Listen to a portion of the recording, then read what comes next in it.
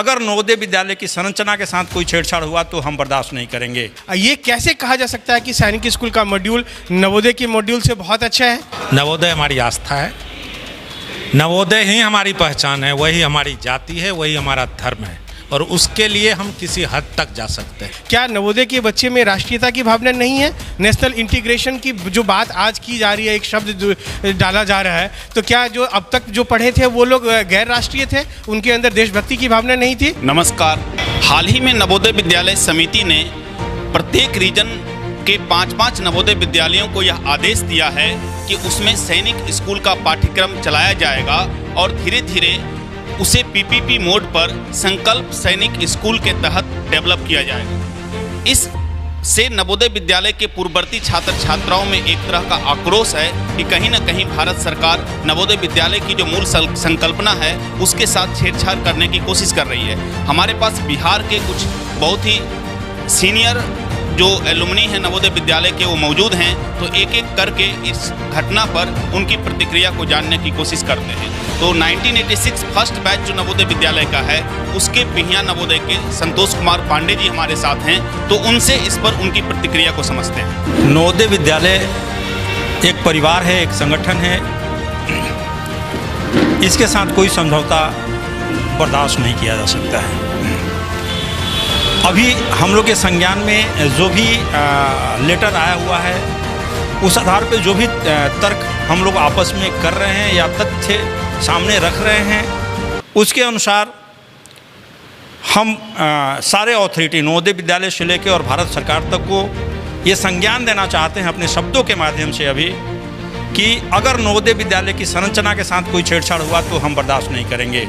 और आज के डेट में सिर्फ बिहार में हम लोग 93,000 एलुमनाइज हैं नवोदय से। इस तरह से अगर हमारे टोटल 29th स्टेट को लिया जाए तो कम से कम हम लाखों की संख्या में पहुंचेंगे और इसका विरोध करेंगे। और एक आपके सामने विरोध का सबसे पहला स्वरूप जो आपके सामने रखने जा रहा हूं, जिस दिन नवोदय विद्यालय को आप सैनिक स्कूल में चेंज करेंगे वहाँ इतने बड़े बड़े ताले लटकाए जाएंगे कि आपको खोलने से पहले 10 बार सोचना पड़ेगा।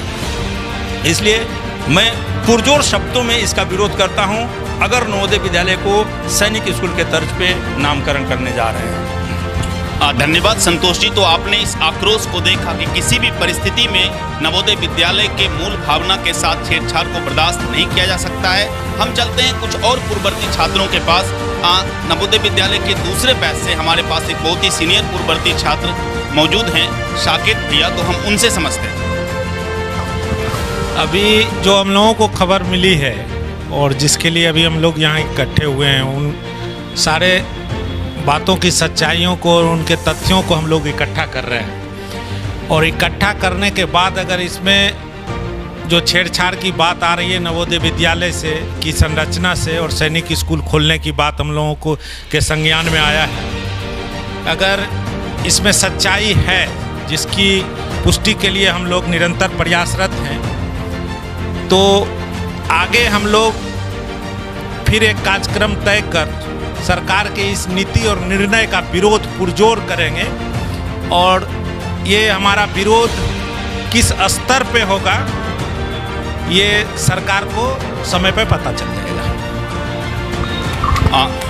बिल्कुल। तो आप देख रहे हैं कि हर किसी में आक्रोश है और कहीं ना कहीं भारत सरकार के इस कदम को लोग यह मान रहे हैं कि नवोदय विद्यालय में जो कि बिल्कुल ही ग्रामीण प्रतिभा के छात्रों के लिए होता है और समाज के विकास से मुख्य धारा से बाहर के जो लोग हैं उनको मुख्य धारा में खींचा जाता है। और आप यह भी कर सकते हैं कि जो भारत के शिक्षा व्यवस्था का सर्वाधिक सशक्त मॉडल है वह नवोदय विद्यालय है। तो बिल्कुल पूर्ववर्ती छात्रों में ये रोष है, वो किसी भी कीमत पर इसकी संकल्पना में छेड़छाड़ को बर्दाश्त नहीं करेंगे और कहते हैं कि हर निजीकरण का रास्ता इस सरकार में विनिवेश से होकर के जाता है।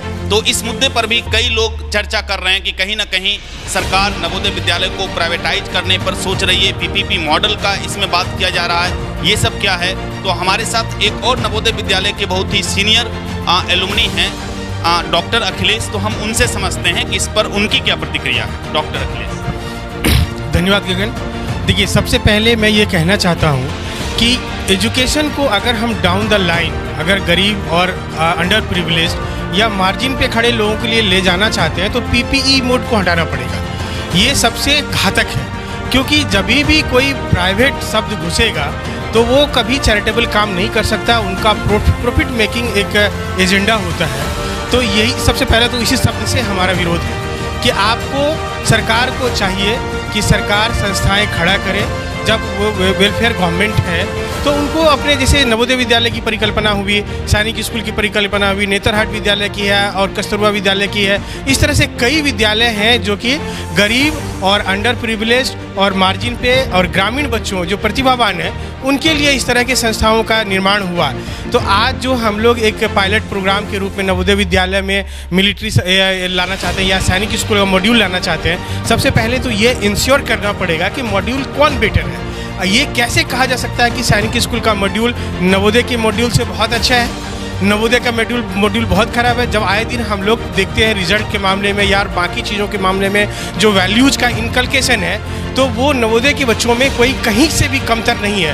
क्या नवोदय के बच्चे में राष्ट्रीयता की भावना नहीं है? नेशनल इंटीग्रेशन की जो बात आज की जा रही है, एक शब्द डाला जा रहा है, तो क्या जो अब तक जो पढ़े थे वो लोग गैर राष्ट्रीय थे, उनके अंदर देशभक्ति की भावना नहीं थी?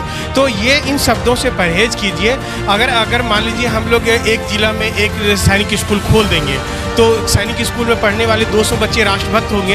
अब बाकी जो 3000 स्कूल हैं उसमें जो लाखों बच्चे पढ़ रहे हैं कि स्कूल के ज़िले के और इस तरह से करोड़ों बच्चे पूरे देश के होंगे, तो क्या वो राष्ट्रभक्त नहीं होंगे?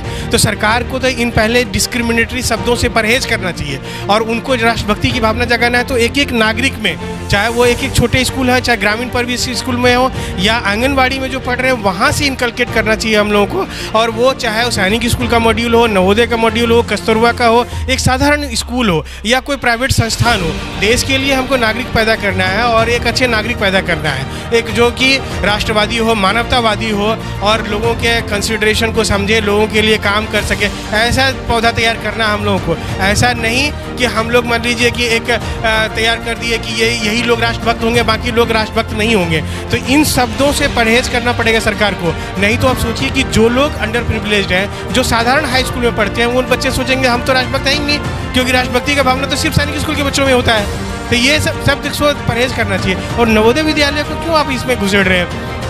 आपको अगर करना है तो आप नए प्रेमिसेस लीजिए, वहाँ खोलिए, ताकि और बच्चों को अच्छी शिक्षा पाने का मौका मिल सकेगा। और जैसे अभी ग्रामीण परिवेश के 80 बच्चे नवोदय विद्यालय में आते हैं, तब और ज़्यादा बच्चे आ पाएंगे। तो इस तरह से एक्सपेंशन होगा, ताकि जैसे जनसंख्या हमारी बढ़ रही है तो उस हिसाब से अच्छे संस्थानों का संख्या भी बढ़ाना पड़ेगा। ऐसा नहीं है कि केवल जनसंख्या हमारी बढ़ती जा रही है और अच्छे संस्थानों की हम लोग उसको सीमित करते जाएं। तो सब मेरा ये कहना है, सरकार से मेरा रिक्वेस्ट है, मैं इस प्लेटफॉर्म से बोलना चाहता हूँ कि आप सभी हाई स्कूल को अच्छा बनाइए, सभी मिडिल स्कूल को अच्छा बनाइए, उसमें कुछ मॉडल स्कूल्स हैं उनको बनाइए। आप एक को नाम बदल के दूसरा करने जा रहे हैं, उसमें इसको गुजारें उसको गुजारें। इन सब चीज़ों से ये जो अंतर्विरोध का माहौल क्रिएट होता है, ये जो आपसी तनाव का माहौल क्रिएट होता है, इन सब चीज़ों को रोकिए। जो नेशनल इंटीग्रेशन का बात है तो यहाँ पहला ही लाइन में नेशनल इंटीग्रिटी को ख़त्म करना चाहते हैं आप। जो हमारा सोशल हारमोनी है, हम लोगों के बीच का जो हारमोनी है उसको ख़त्म करना चाहते हैं इस बात पे। तो इन चीज़ों से रोकना पड़ेगा। तो सुनिए सरकार, आप चाहे 100 नहीं 1000 सैनिक स्कूल खोलिए, लेकिन आप नवोदय विद्यालय के साथ कोई छेड़छाड़ नहीं कर सकते। कुछ और पूर्ववर्ती छात्र हमारे बीच में हैं, सुपौल नवोदय के ही एक नीतीश हैं, तो आप ये बतलाएं कि नवोदय विद्यालय का आपके जीवन में क्या महत्व है। आप अभी जो ये बातें सुन रहे हैं कि नवोदय विद्यालय को सैनिक स्कूल में बदल दिया जाएगा, तो आप इसको किस प्रकार से लेते हैं और नवोदय विद्यालय आप में क्या महत्व रखता है कि आप वहाँ के पूर्ववर्ती छात्र? धन्यवाद गगन। नवोदय विद्यालय का इम्पोर्टेंस यदि मैं चर्चा करने लगूं तो काफ़ी लंबे समय तक इसका एंड ही नहीं हो पाएगा। एक लाइन में मैं बस यही कहना चाहूँगा, जितनी बातें हमारे बड़े भाइयों ने रखी है उस के कॉन्टेस्ट में, कि नवोदय स्कूल अपने आप में संपूर्ण है।